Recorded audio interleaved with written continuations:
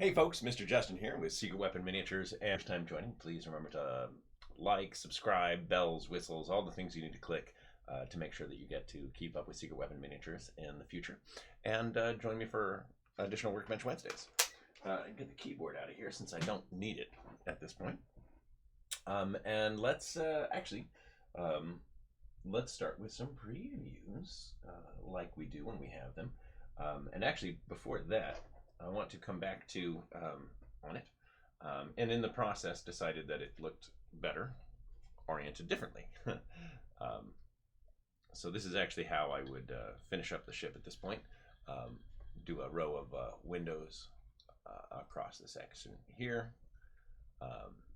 Maybe do a little bit more on the engine area here, but there we go. Otherwise, fairly spaceshipy. Happy with how that turned out. It was a nice little distraction. The other big project on my desk is a figure repaint commission, actually. Repainting our Mandalorian here for a client. And let's see, what else have I got for you? Oh, here's a fun one. These will be out in the November release. These are dinosaur bones for basing.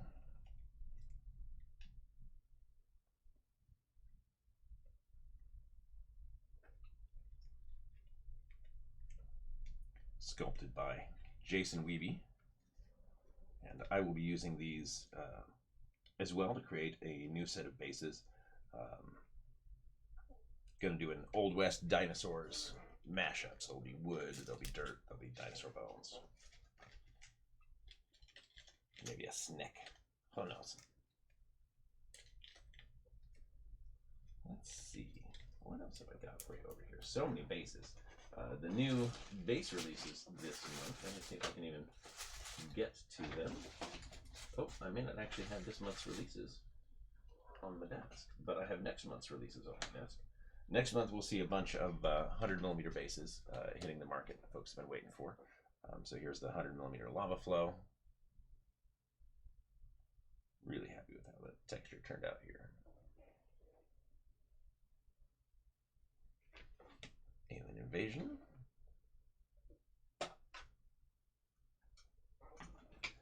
Some of those new ovals.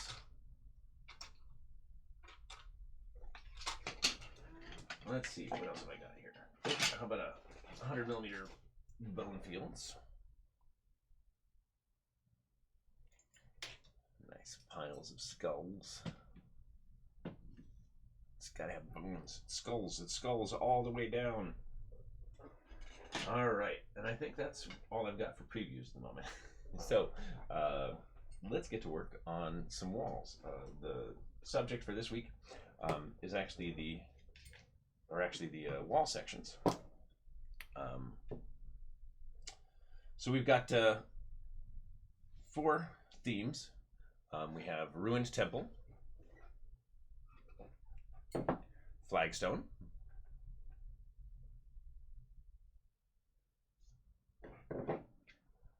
Urban, and Scrapyard.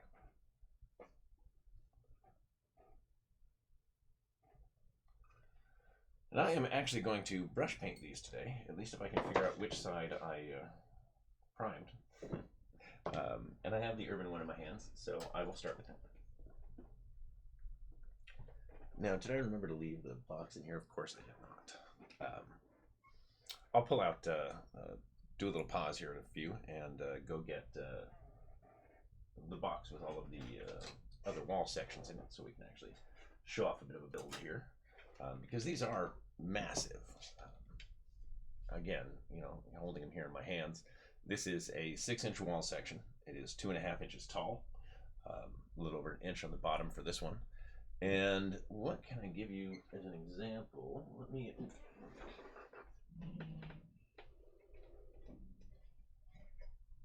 Because of course I can reach a Lehman Russ from my desk. This gives full cover to a Lehman Russ. So it is as tall as the body. Ta-da! It actually sticks up above it. So these are massive walls.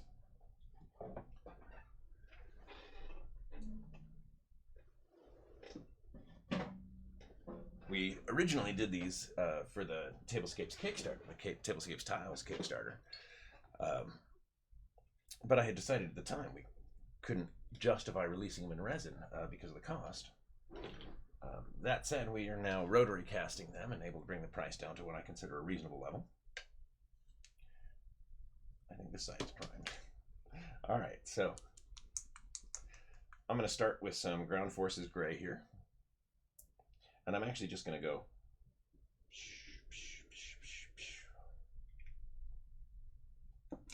it's important to actually say when you do this. Ooh, little schmutz to my paint there. Let's get the schmutz out of here. Goodbye, schmutz.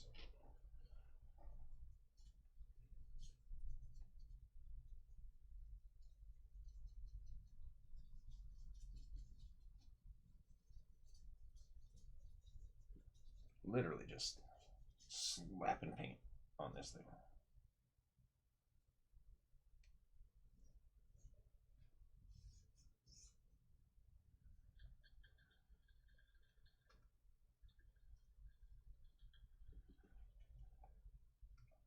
Now this is going to be for the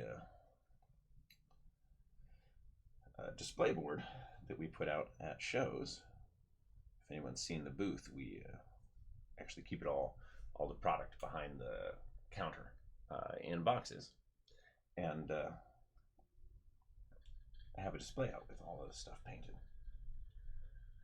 And hey, Jess, and hello, Stephen. Nice to see you guys this morning. Thank you for tuning in.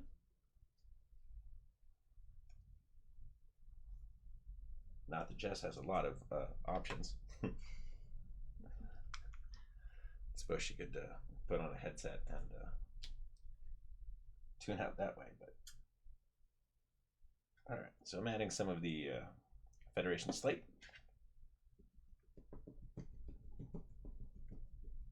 Stippling. So this is wet on wet. So I'm blending and creating some texture just by stippling.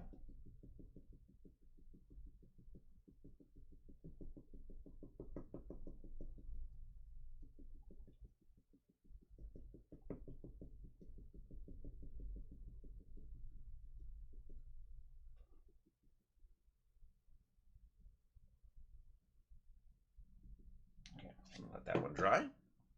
But so far, here we are. Little uneven concrete. Cap my Federation Gray. And let's see, so Flagstone is going to be next because that's the one I can reach. All right, this is the side I primed. All right, for the rocks, I am going to start with dark colors. I'm actually going to start with black gray on this one.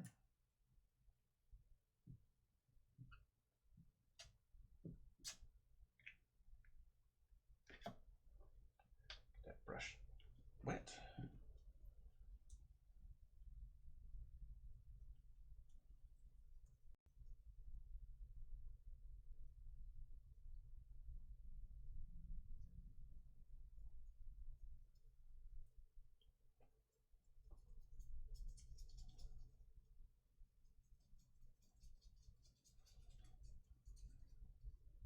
Now, if I was doing a full set of these, I might pull out my airbrush.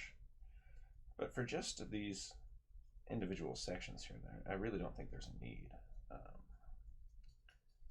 A nice wide brush will do the same job almost as fast.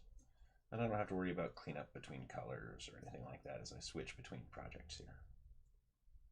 Switch between themes. All right.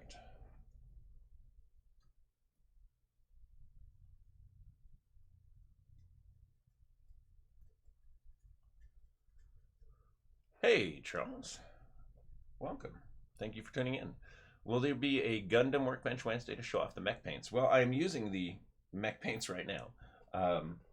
but I can certainly apply them to a Gundam. I'd be more than happy to.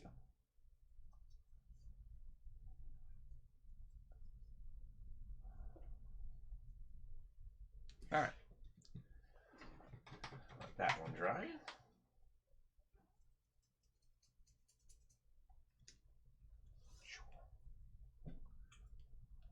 Helps dry it off if I spread it out like this. All right, let me see. This is the side I primed.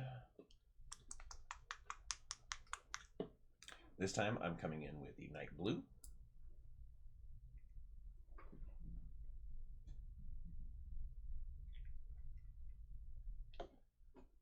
Actually looking over to see whether or not I have one of my big chip brushes here. I do.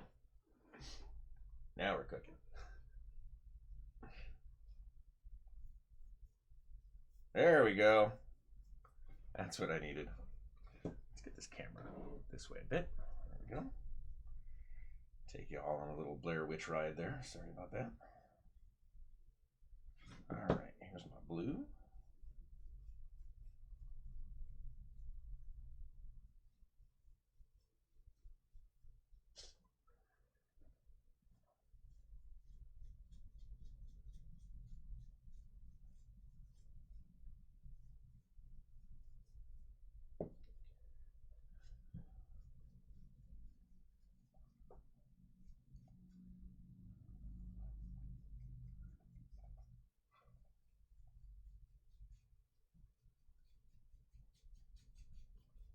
All right, that one is drying. Now Scrapyard is last, but I'm gonna hold on to that one for last because well, I'm not just gonna slap paint on that one. It's a little trickier. All right, let's see how we're doing over here. This one is still damp, but I'm actually gonna take some of the blue,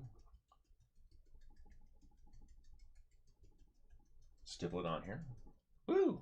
Make the camera bounce, and here we go. Again, a little texture, a little color. What I'll do,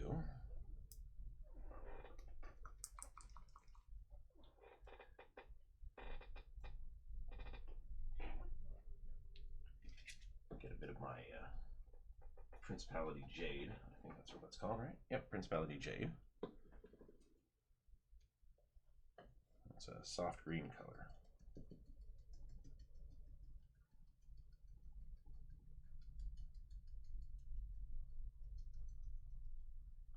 Add a little bit of that in here. A little more light. Color shows up a bit better. There you go. Start to see that color and texture we're creating. Now this guy is still completely wet.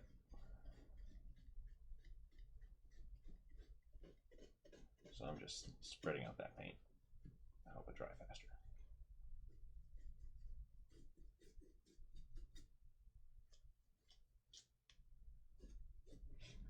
All right. Chip brush on the towel. Have a sip of my drink.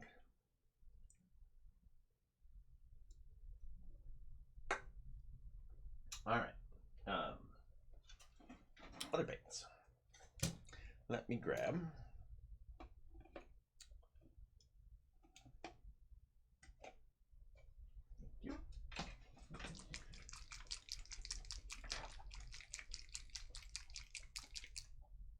handle wood.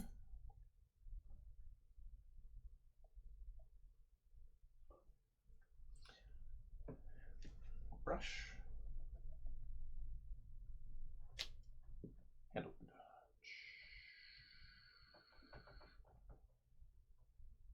Again, very important that you make the noises when you're painting. It helps. Oh, thank you, Eric, for letting me know that the mic is super quiet. Is it a little better now?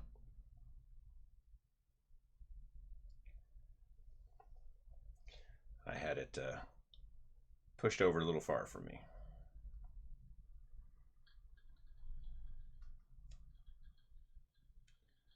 Hopefully y'all can hear me now. Not like one of those broadcasts I do where we're 20 minutes in before somebody tells me I don't have sound. All right, handlewood. Much better. Excellent. Yeah, I just had it too far away. It's clipped onto the bottom of the lamp here, and the lamp was way over there. All right, so here's our gray and handlewood. Check on the urban one. Still damp, so I'm actually going to take a tissue because I'm impatient.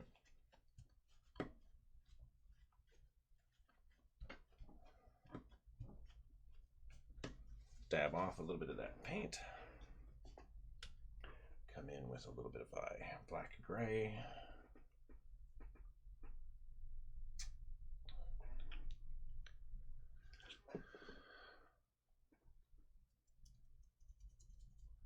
It's a dry brush because I'm going to do more stippling. I want this to be stiff instead of soft.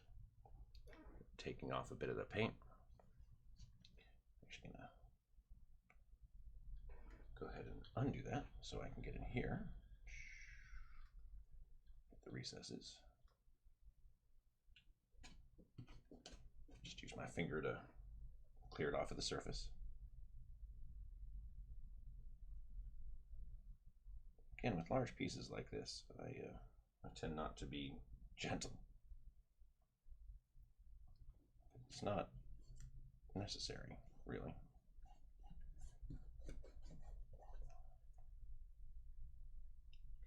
Just going to get in here and weather it up and everything else, so.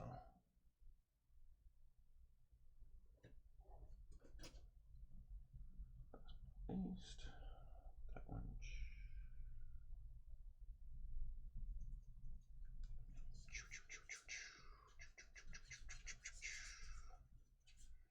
Got a little bit of that gray where I want it on the rest of the tile.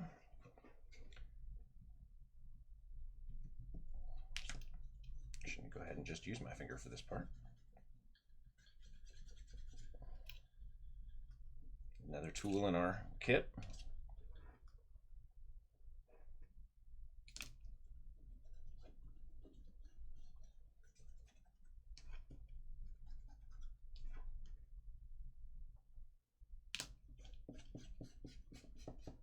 All right. Starting to be better defined, look a bit more like a wall. Let's get a little bit of that green in here. Near the foot of it. A little bit more.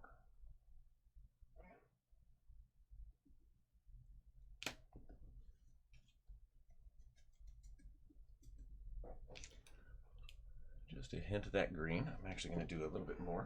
So this is the Principality Jade again, which I can tell I use a lot of because that bottle is getting low.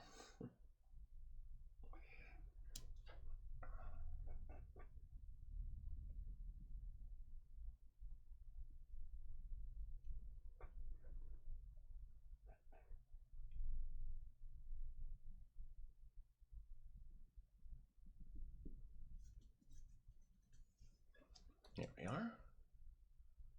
It might be a little too subtle while it's damp to show up.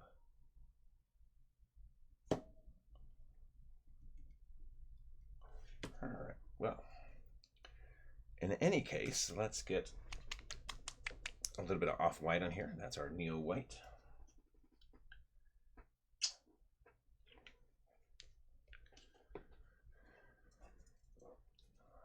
Same idea. I'm going to get paint on the brush, get some of that off,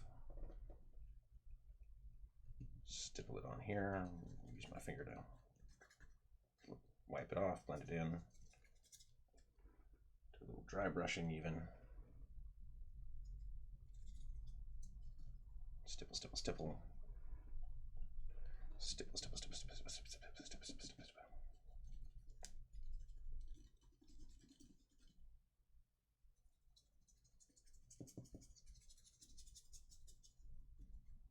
Stipple, stipple, stipple, stipple. Oh, finger, finger, finger, finger, finger. So we're starting to get that stained concrete look now. And again, just slapping paint on it. Use my finger to blend.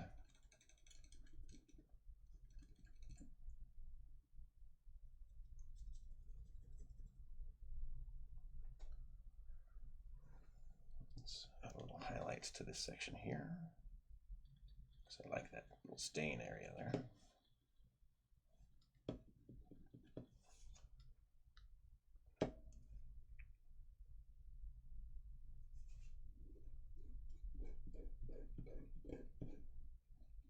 There we are. Streaking. You know what? I see the problem.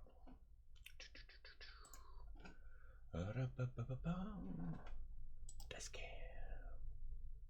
Properties. Configure video. Do that. Do this. How about? Hey, there we go. A little bit of focus makes all the difference.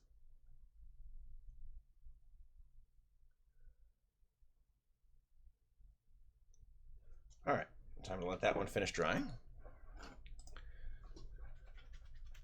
Hey, Ray. Thanks for chiming in here, buddy. Good to see you again this week. All right. So, this one, dry enough. What am I going to do here? Oh, sure, I know some of you are thinking, wait, you didn't have a plan for this before you started? No, I didn't. Nobody has time for that. There's no time for pre-planning. All right, let's rinse this brush.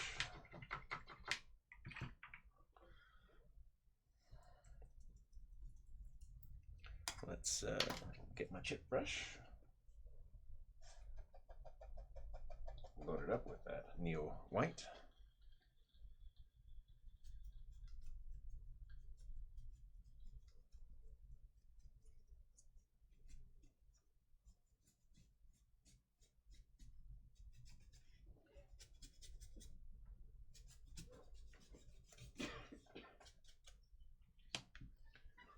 Now, I'm actually going to take a towel and sponge some of that off, or tissue. And again, I'm doing that because it creates texture for me by giving me uneven colors. All right, that's done. I'm going to make the center here a different color. So let's make that the Federation slate.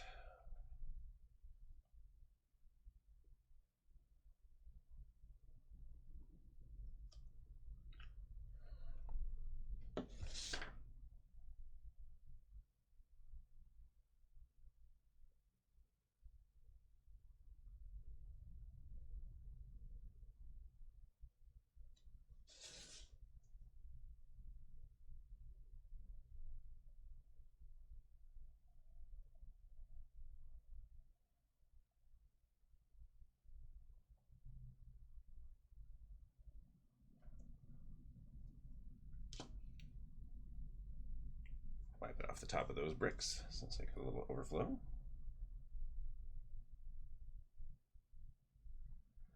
It's funny, I very routinely hear people tell new painters, make sure you keep your hands off of your model, right? Like don't get your fingers all over your model.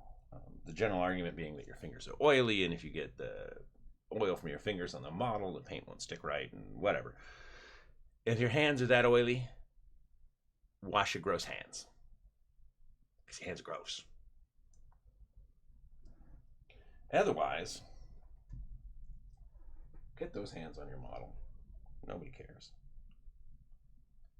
Will not harm your model. And again, unless you're really gross, will not impact paint adhesion or anything like that.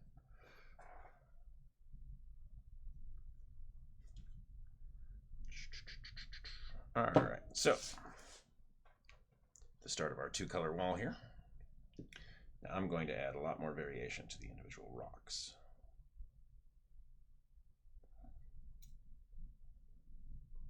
The individual blocks, rather, by adding some of this color over here.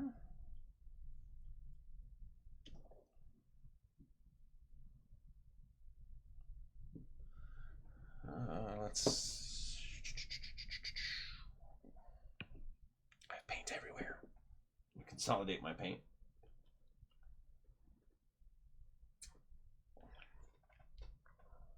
Get a little bit of this one. Put it on here.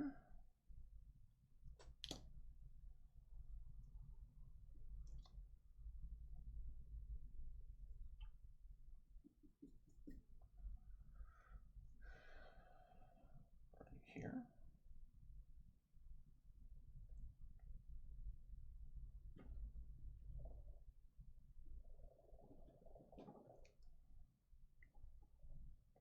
Just in this whole little area.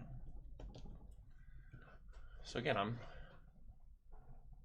creating texture and interest just with a little bit of additional color. A little bit of stippling, a little bit of dabbing.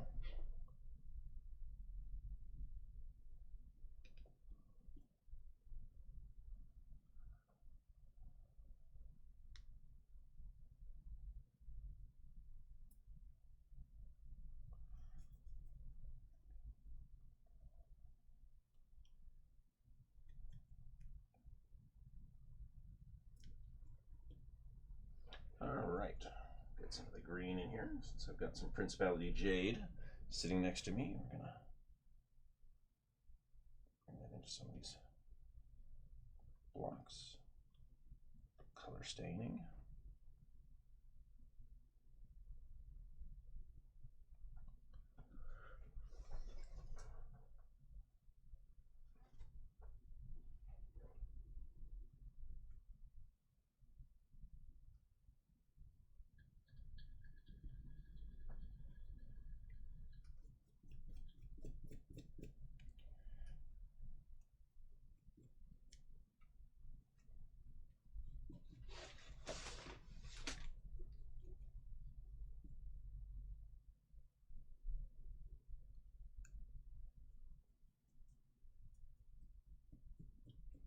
A little bit of vertical streaking.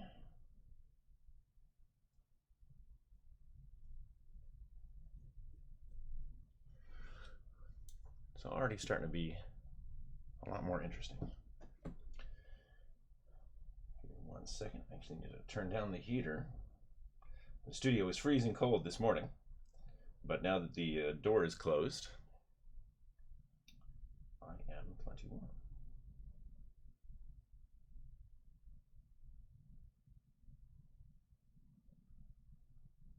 Fortunately, we live in the future, and I can turn that off from my desk. Yay! All right. Well, what other colors do I have out here? Got my light gray. Let's use some of that. This is the Ground Forces gray again.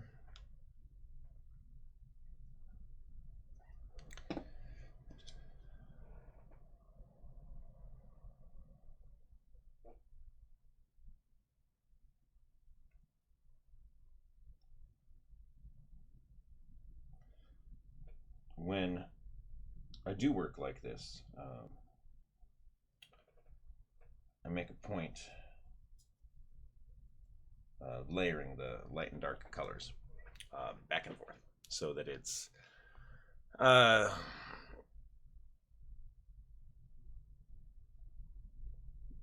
more interesting, more variegated. Simply going in one direction, only applying highlights, for instance, makes it rather dull.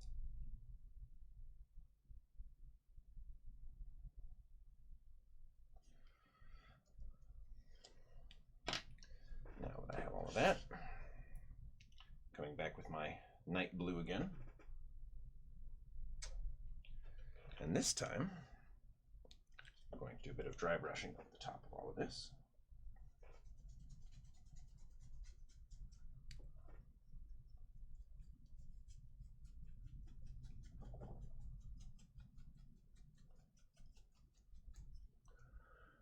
Ta-da! Interesting blocks.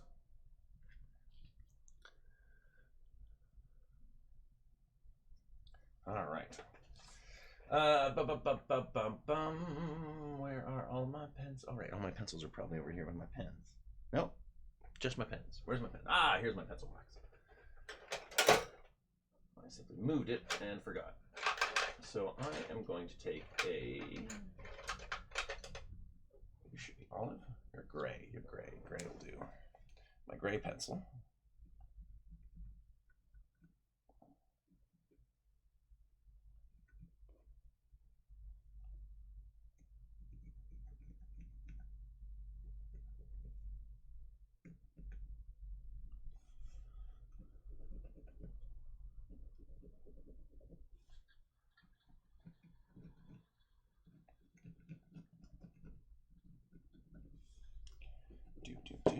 Panel lines, panel lines. Effectively panel lines.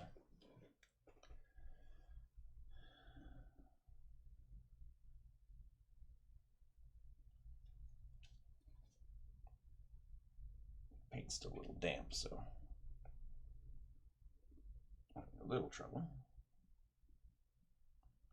But I am seriously just shading in that section with a pencil.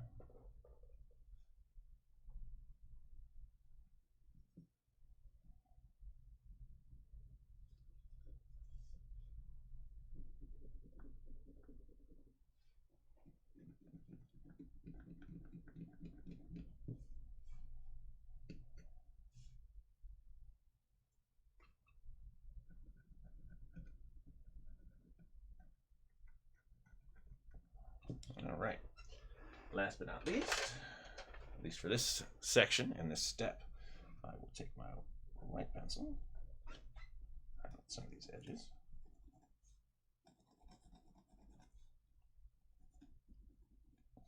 Maybe.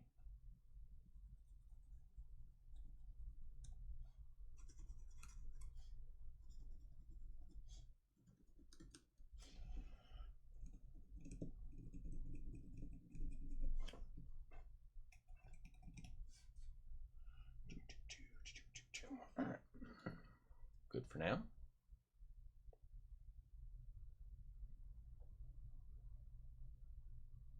Get in there with some pigment and really go to town. That top is still very wet, so let's see what we got here. Clean my chip brush. Swap out my very damp art towel for a dry one.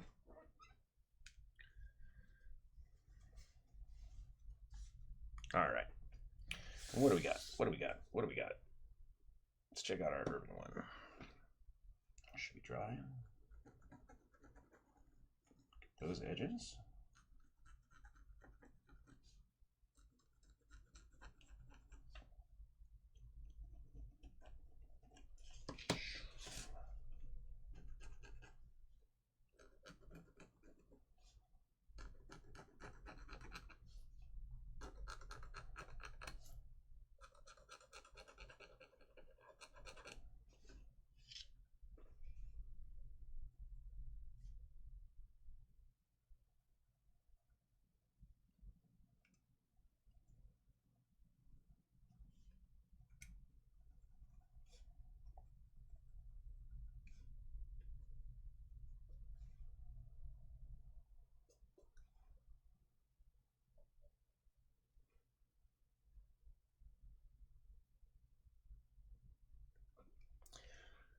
There we go. All right. Let's see how this one's doing. Oh, still very wet. So let's fix that.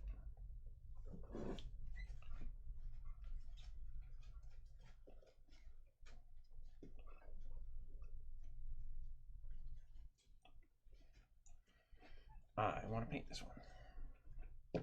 All right. So, on a very damp chip brush, I'm actually going to dry brush a bit of the night blue again.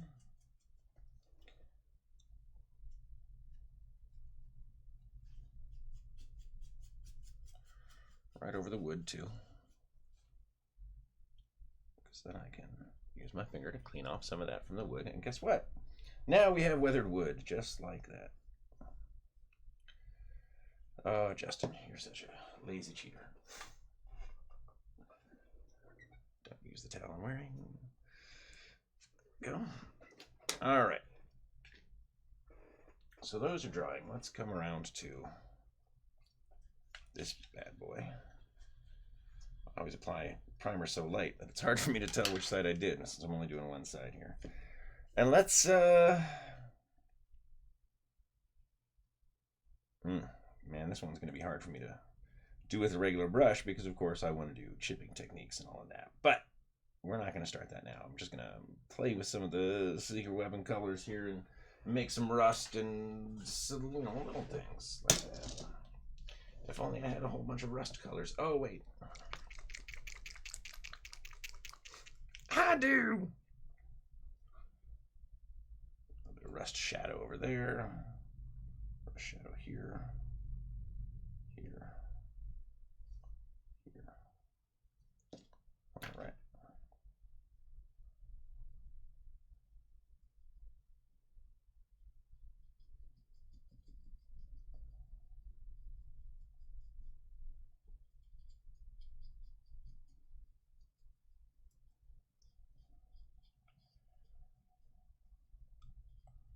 Don't just paint with this color very often, and I really should. I love this color.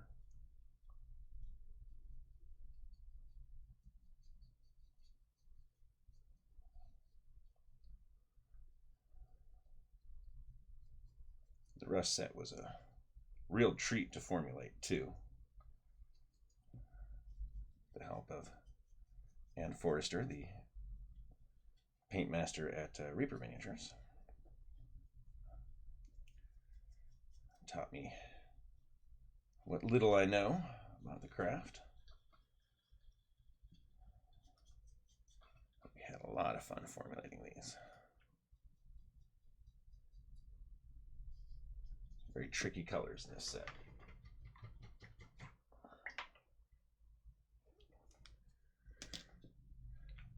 All the different bases we used.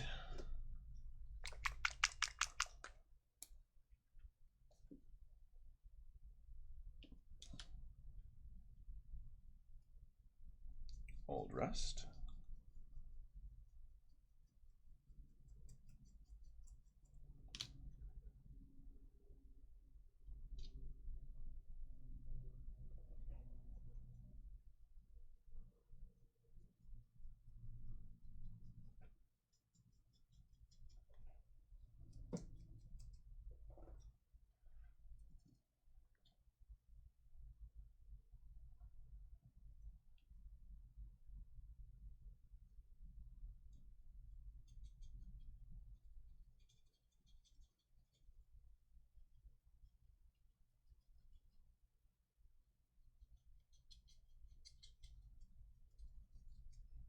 A little wet blending on this one.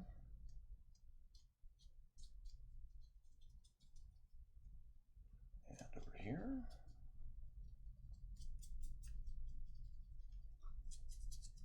Get that little undercut area.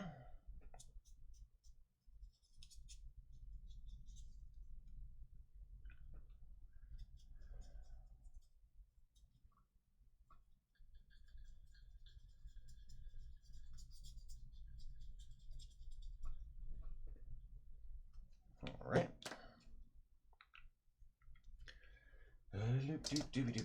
Let's get some orange rust going on. Let's go.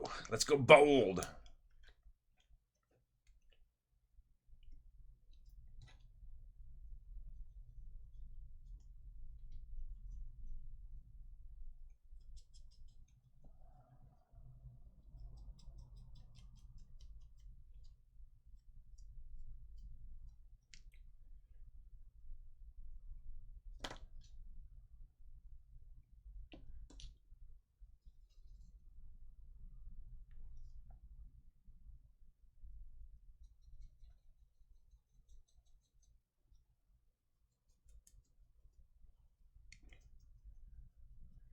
As you can see, I mean, I'm going fairly quick. specifically so that I can actually do some wet blending up here. Create some unique colors by blending these together carefully, somewhat carefully. I don't want to claim too much care as I sit here literally slapping paint at models.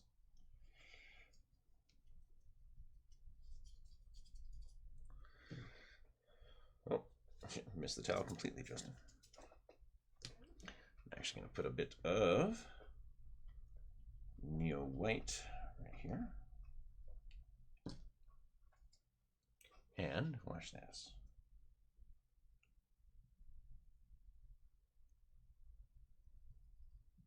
There we go.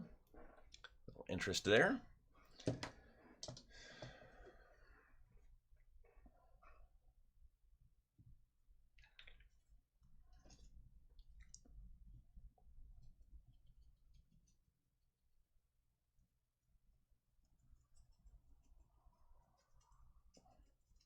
Spare the tire there because that tire is definitely going to get the tire black treatment. I'm sure you're shocked.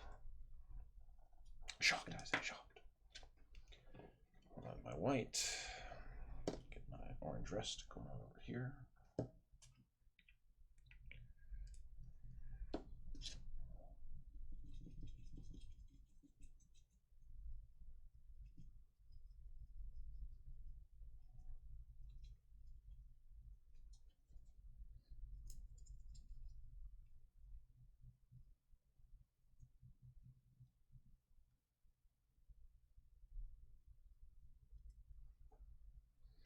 Okay, let's get a little bit of brown here.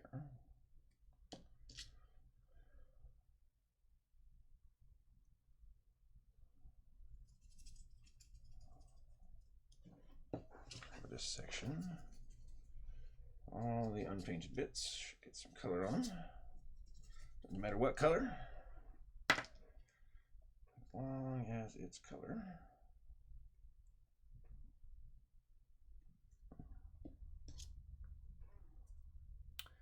Oh, the old MST 3K backdrop. Yeah, I can see that.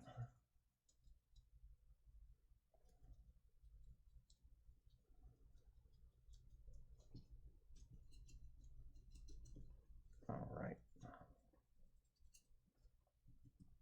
Gaps in here, no gap over there. Gappy. Gappy. Gappy.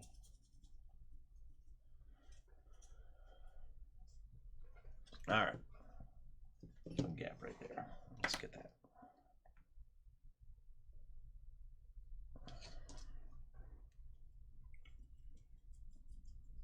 All right, now that I have everything pretty much blocked in, it's got some interest, but it's still fairly monotone. Monochromatic. Boring. So let's add a bit more of the white over here. Wipe off the cap since I just got.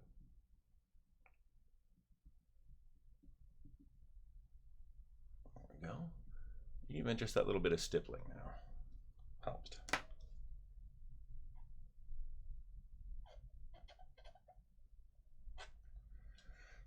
Got a new bottle of Neo White too.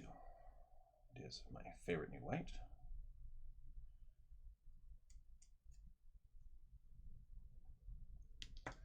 Okay. Let's throw some color on here.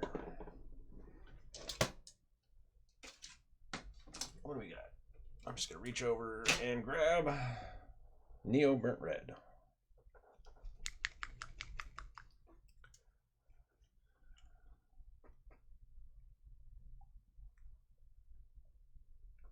Which is clogged.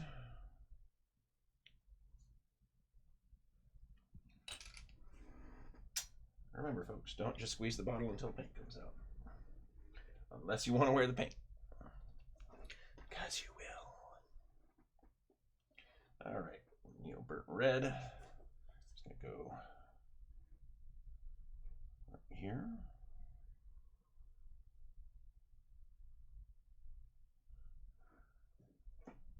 Being somewhat careful because there are little lines in the box here, little panel lines. I kind of want to leave those rusty. Add some definition.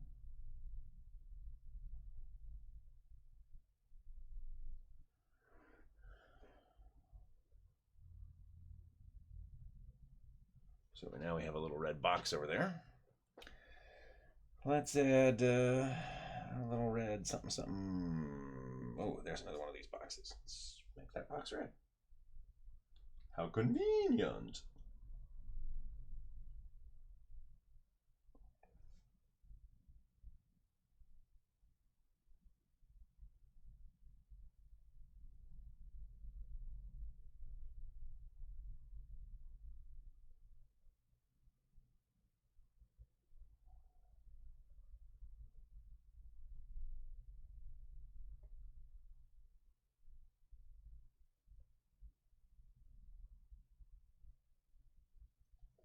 All right, a couple little red boxes. Already improvement. Come here. Pull out my yellow. This is Rebel Yellow.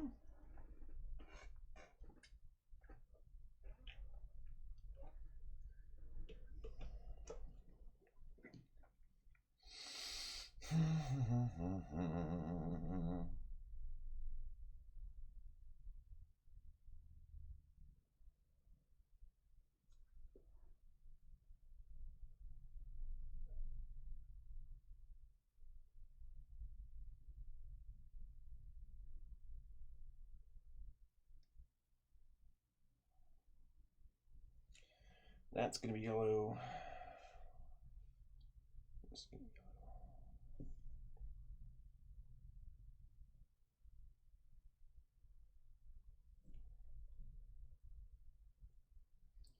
yellow. All right.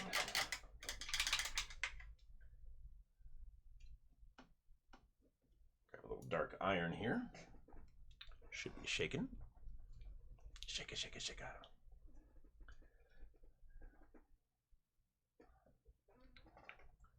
Although it looks like the rest of my metallics are not where they belong.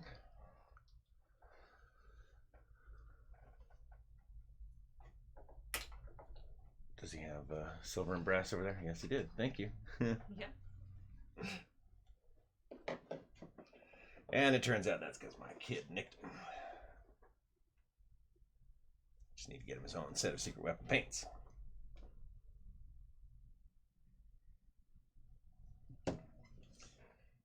He actually does have his own paints, but there are no metallics in it. Given that he's settled on Minotaurs for his Space Marines, he kind of needs my copper fixtures paint, which is perfect for those guys.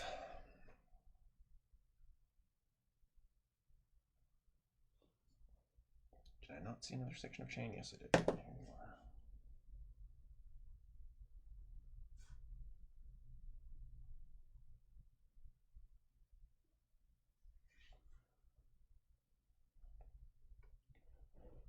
Although Old Rust was the most complicated formula, and I was very happy when that was finished and it worked right.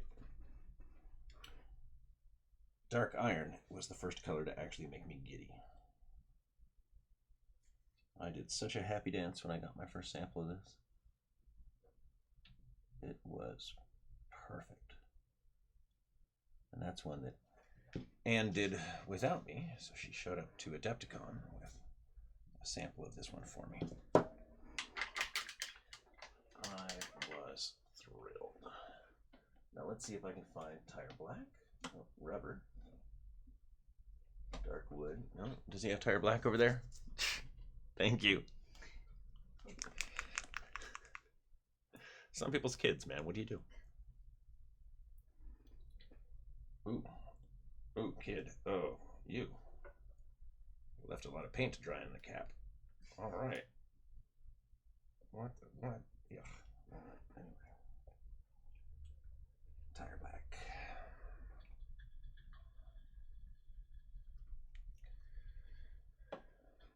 Tire Black is our best-selling paint.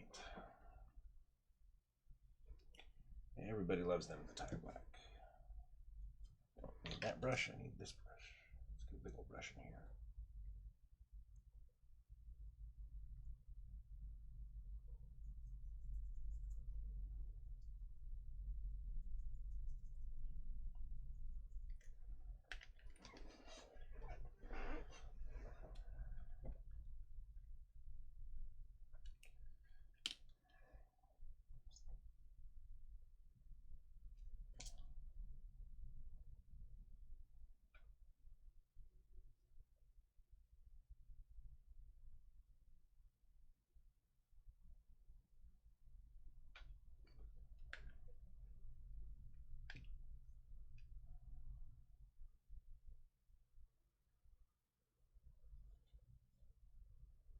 There we are.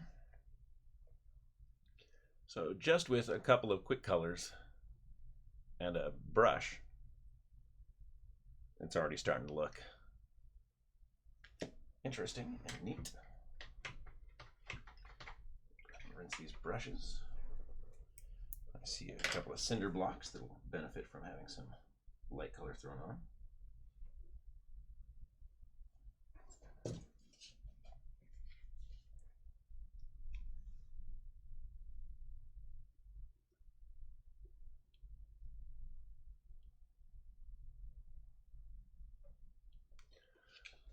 Cinder block. Where's the other? I thought I saw more than one. Oh, over here.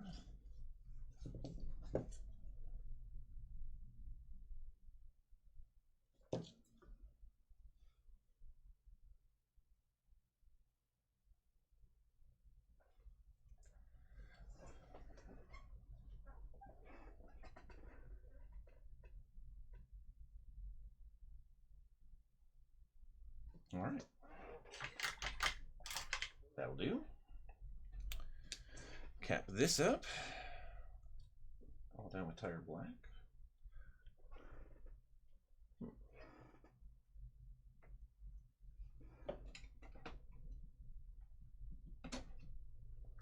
Grab a little engine metal.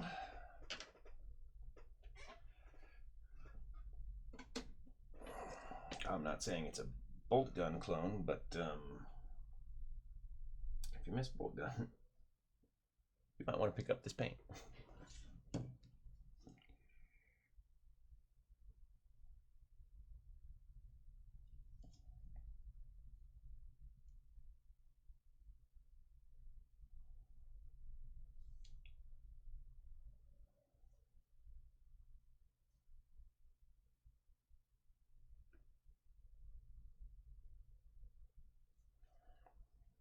There we are. So just like that. Easy peasy, right? That one only took, what, 15, 20 minutes to get to this point, if that. Still a lot I can do with pencils, with pigments, and we'll come back to that. But definitely time to move on and get to some of these guys. So I am going to use this brush right here. Ooh, no, not use that brush. Just let it dry with paint to dry on it. I'm gonna use this brush right here.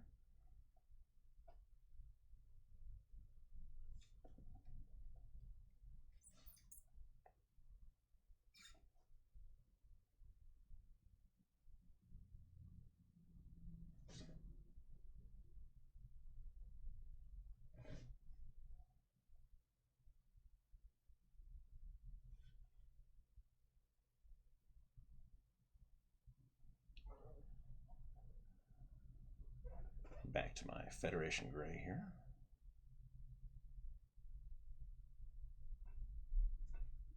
Sorry, Ground Forces gray.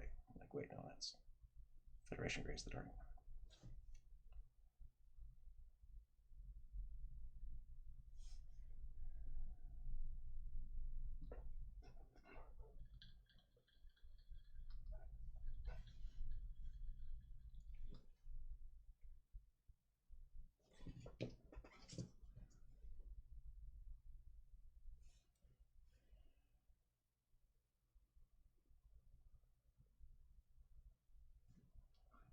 blocking in some additional colors. I'm going to come back with other ones too.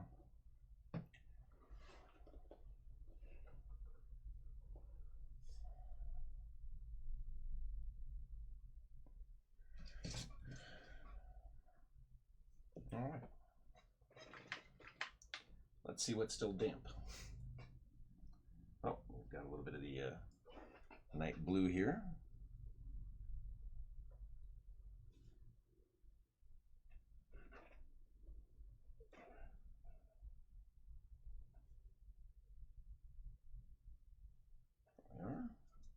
What are you? You're my dark gray. Let's get some of that dark gray going.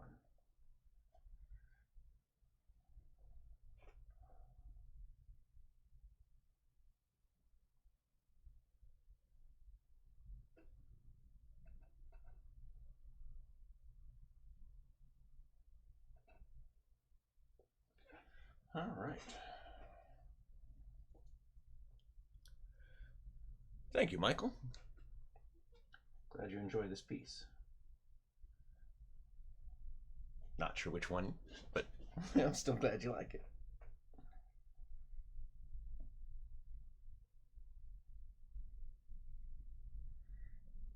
This is my jade again, just stippling some of it onto the base here, bottom of the piece, where we'd expect a little mossiness to happen. All right, I'm going to let this dry again.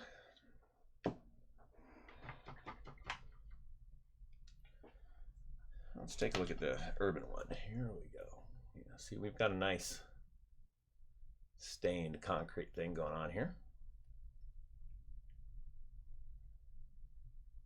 So let's, what do I want to do? What do I want to do? Other than pigments, what would I want to do? Pretty much pigments. Pigments are graffiti. We could do a line. Let's make a line. Let's go to the tape drawer here.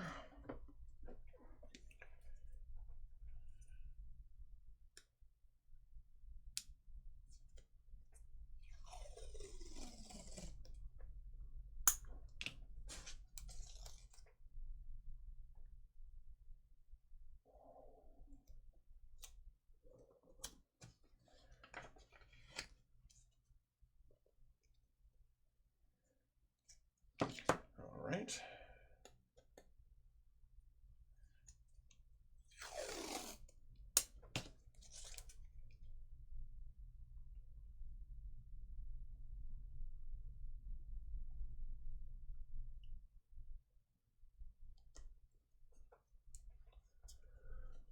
I'm going to make a little yellow security line right through there.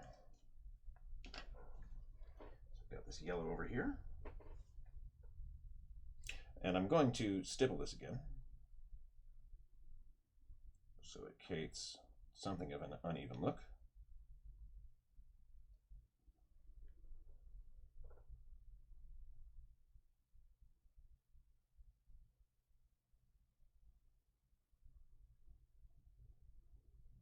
Leave a couple little gaps here and there.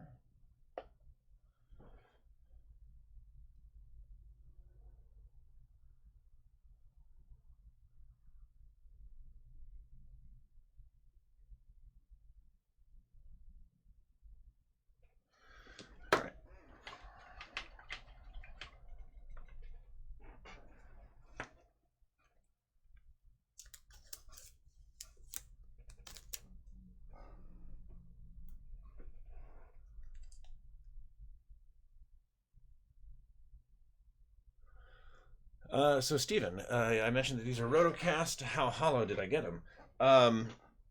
Well, that's a trick question because the set in front of me is solid cast. But we got them fairly hollow. We brought the volume of resin down to about a third of what it would be to make them solid. And for Michael, I think people underestimate how much walls like these make a difference in a game table. Yeah, absolutely. I agree. Big terrain like this is what I'm going to be doing in the future. A bit less on the small terrain, more on the big. So there we go. There's our yellow line.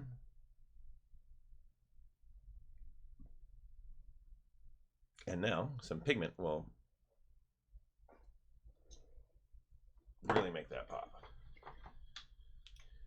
I think there's nothing like big terrain on a table, especially walls, modular walls like this.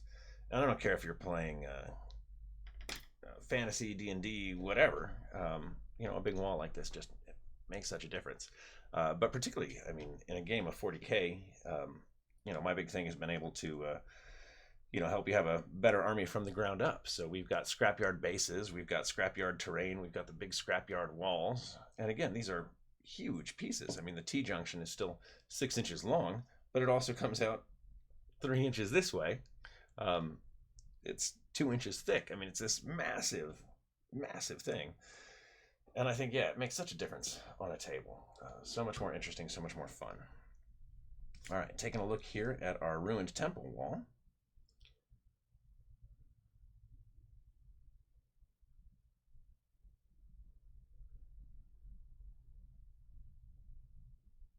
And yeah, Stephen, if you're looking to wire these up, well, that would obviously be amazing. I'd love to see it.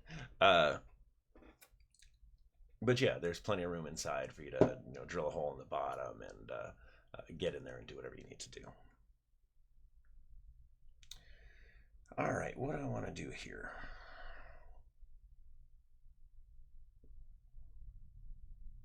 Well, I mostly think I would pigment that one too.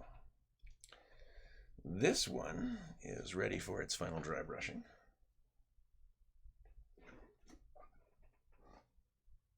If I can get this brush dry.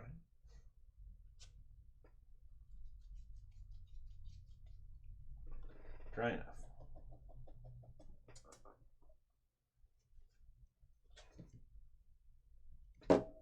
Not dry enough.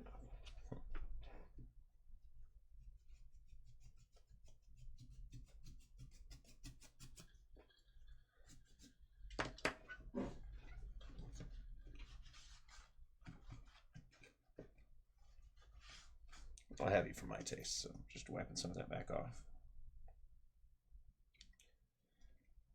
There we are, but now with the variegated rocks, it makes a difference. Just that little bit of difference really helps. Put a wash on my wood there in a second. Make a giant mess in my cleaning station.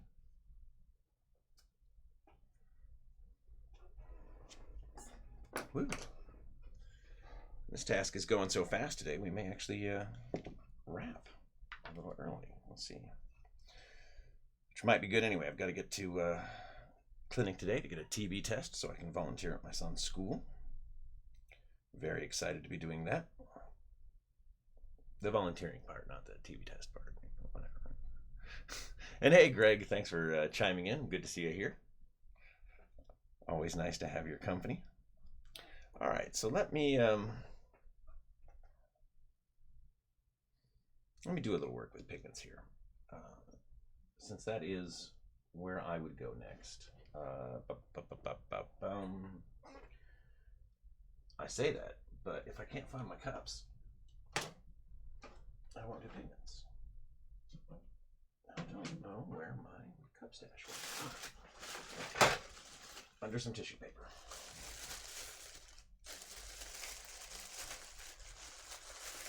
Disguised as junk on my desk. Cleverly disguised. All right, let's see. Pigments. What have I got? We're doing urban, so I'm going to want a little... where's my yellow earth? A little yellow earth. Oh, that's not true. I want dark earth. How in the world am I missing pigments? That can't be possible. I'm not sure I can blame the kid for that one. Here's my green earth.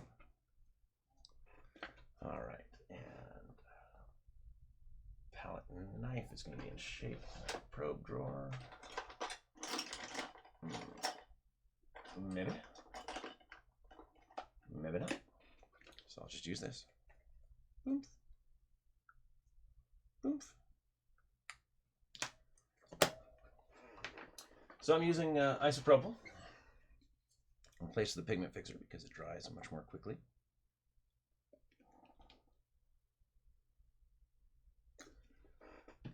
This is 99% isopropyl.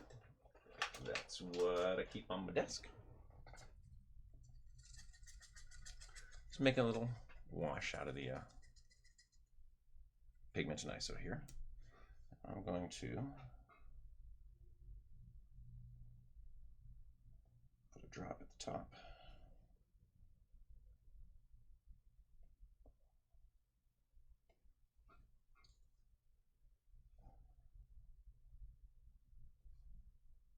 Let it run down. Making sure I've got more liquid than pigment.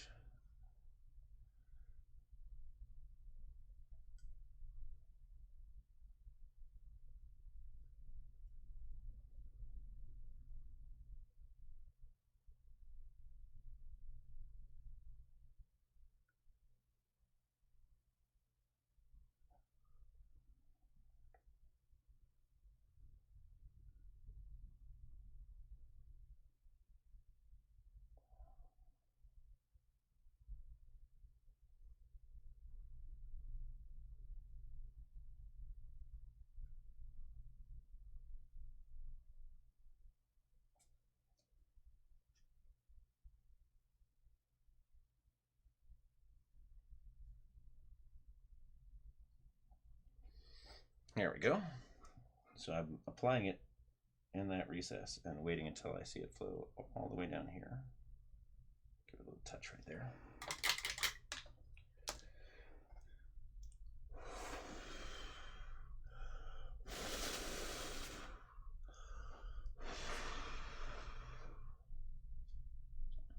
Voila. You can see it's still a bit damp.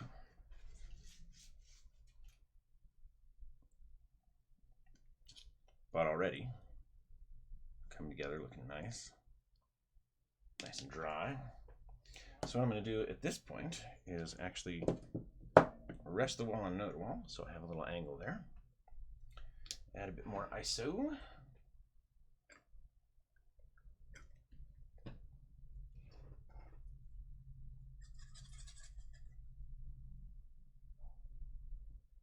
Do a little bit along the bottom here. Again, this is heavy isopropyl, so I will need to be gentle, otherwise I will just take the paint off. There is nothing better for stripping acrylic paint. Well, better and safer. I always see these crazy posts about all this stuff you can use to strip your models. No, just please don't. Just use isopropyl.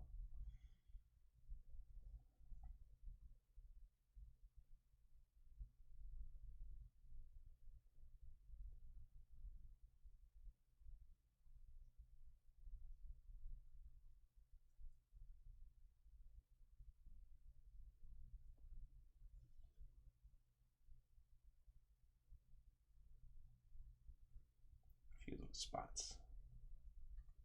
In this case, I'm going to get more pigment, and to do that, I will actually rotate the cup. See how it leaves pigment behind? I can load up on some of that. Now come back with my iso. Thin that out a bit. Carefully, because stripping paint. All right. Need that to dry a bit. Otherwise, feeling pretty good about it.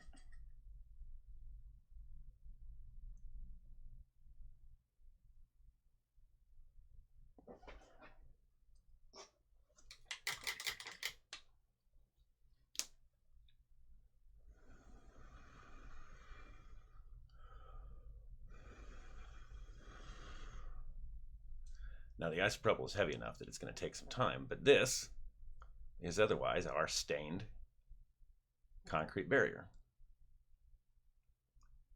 I feel pretty good about that, given that it was all wet blended super quick with a brush. I am very happy with that. All right.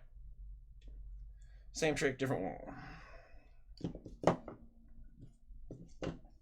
Actually, I'll use you as my prop because you're angled. Ha!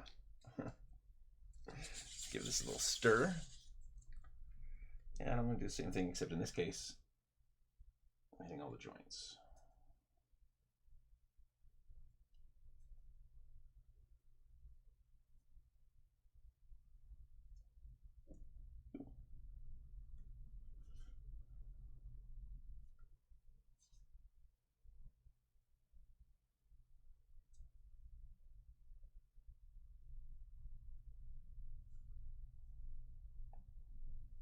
After I did all that work with a pencil, let's go ahead and cover it all up with pigment.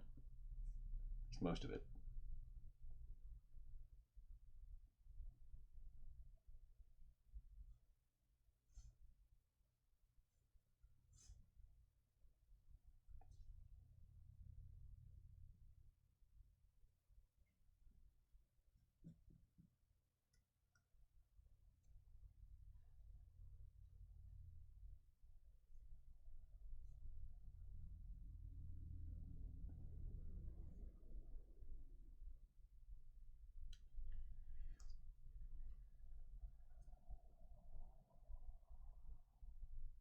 Here's another pro tip for you guys. One that, in fact, I used to refuse to say publicly. I would not own up to having said it because I got tired of arguing with the ignorant. Never, ever, under any circumstances, soak your resin. It's a really horrible idea. The idea that you're going to leave your resin for 24 hours in some sort of liquid just makes me cringe every time. Resin is a moisture sensitive. Polyurethane resin is moisture sensitive. So what you've done is, and porous, what you've done is saturate this porous material with moisture, which it doesn't like, so now it's going to be brittle. And I find that one of the biggest problems, especially when people talk about soaking their Forge World models and then saying, oh, well, I soaked my Forge World model and the paint still came off. Yeah, that's probably because your model is weeping. It's sweating. And that moisture is going to be trying to get out of there as it evaporates, and it will, in fact, take paint off with it. If you're worried about a resin model needing to be clean, just wipe it down real quick with isopropyl. Do not soak.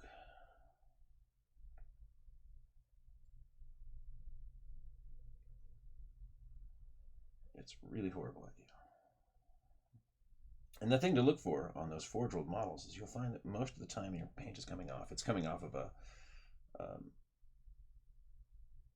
smooth surface, flat surface especially. And in that case, what you want to do is you want to examine the model, and on those flat surfaces, for instance, on my case, it was the bikes, the jet bikes. That little rounded shape at the front of them. Paint wasn't going to stick to those.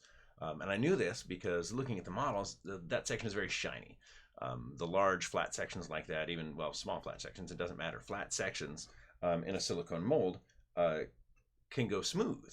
As you pull it out over time, any texture that was there goes away, so you actually wind up with a glass smooth surface. So if you're looking at a resin model and you see large flat areas that are shiny, hit it with a little sandpaper. And now your paint will stick. Just won't stick to its gloss surface. All right, so here's what just a single pigment did to this one. Again, huge difference. Very quick, very easy. Now this one is going to be a little trickier. I'm going to do something I never ever do. Or I should say, I've never ever done.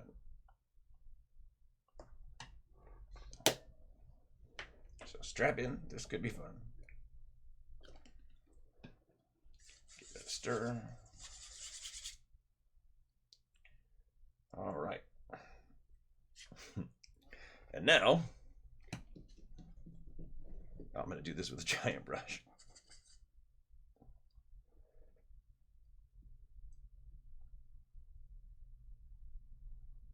I think the reason I have never done this before is going to be obvious. It's terrifying. Putting all this isopropyl on a model.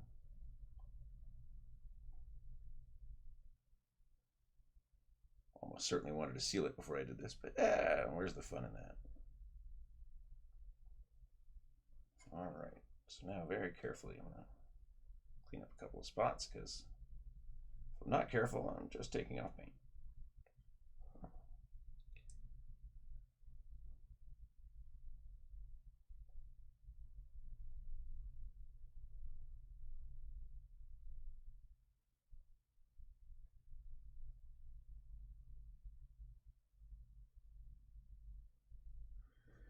All right.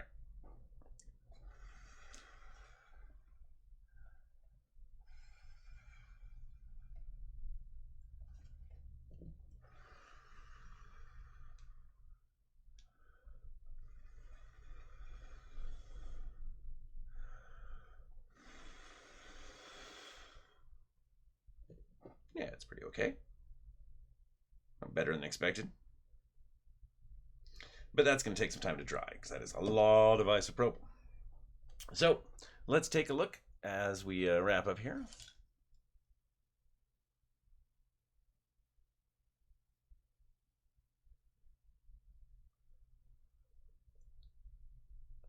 Well, if you're having trouble with the pigment wash, I'll do some more videos talking about how I apply it, and hopefully come up with the right tip to help you have success in the future with your pigment applications.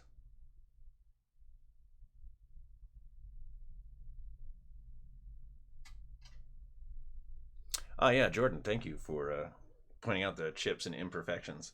Um, it's funny, on the stone, these were 3D designed by 3D sculpted by Rafael Pica. And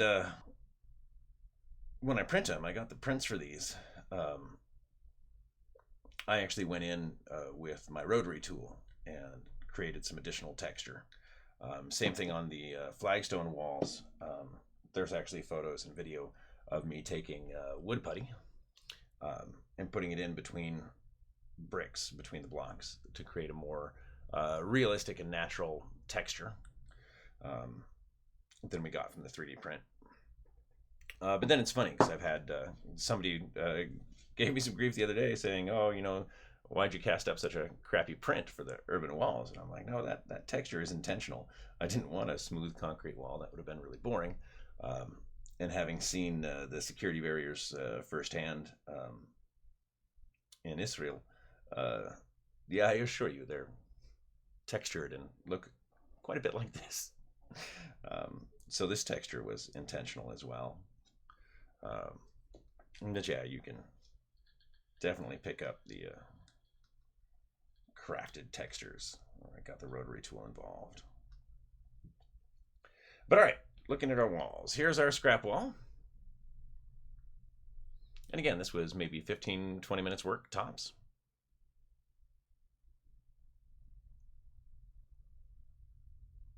All brush painted. Just wet blended, mostly with the Secret Weapon rust set. Here is our nearly finished flagstone wall. You can see the pigment is drying now, mostly dry. A few very wet spots, but on the whole, starting to look like an actual wall now. Come in, I'll finish the wood, I'll detail the metal on it. Here is our ruined temple wall.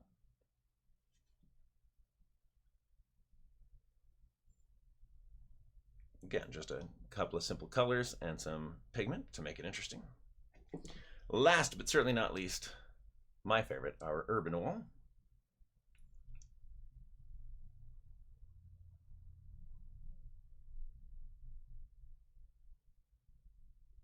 And yeah, Jordan, if you're playing Fallout Wasteland Warfare, first, my sympathies. And second, yeah, this will be a great set. The scrapyard will work really well for that sort of theme. Really look forward to seeing what you do with it. Please share some photos. But all right, barring any questions, I'm going to wrap, because we have hit the end of what I have for you. And yeah, here are our 4 walls.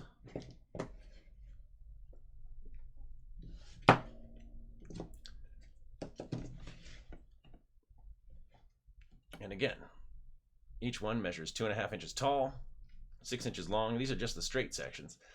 We have 45-degree bends, 90-degree bends, the T-junction. Each one has a gate and gatehouse. The scrapyard gatehouse is, of course, my favorite. It swings open. It's blocky. It's wonderful. And Michael, thank you very much.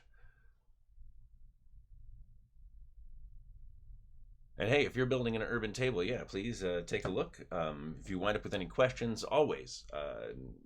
It's this thing I have to wrap up with anyway, is as always, if you have a question, please submit it to me in advance, and I will do my best to get a video out just for you to cover the topic that you want to see covered. It is absolutely my favorite part of the job, being able to answer questions for you guys, being able to do targeted video for you guys. I really like being able to do that. So if you've got a question, hit me up on Facebook, send me an email, wherever you need to get a hold of me. Submit that question. I will make sure that I cover it for you on another Workbench Wednesday. Oh yeah, the urban walls for Gaslands. I didn't think about that. Yeah, it would super work. That's a great idea. All right. Well, on that note, folks, happy hobbying. Thank you for tuning in. As always, it is a pleasure to have you join me here on Workbench Wednesday. Always look forward to seeing you and having your company very much. Yeah, as always, happy hobbying. Tune in next time. And again, if this is your first time joining us for Workbench Wednesday, please like, subscribe, bells, whistles, clicks, all the things you need to do to make sure you get updates in the future. And I will see you next Wednesday. Thanks again. Have fun.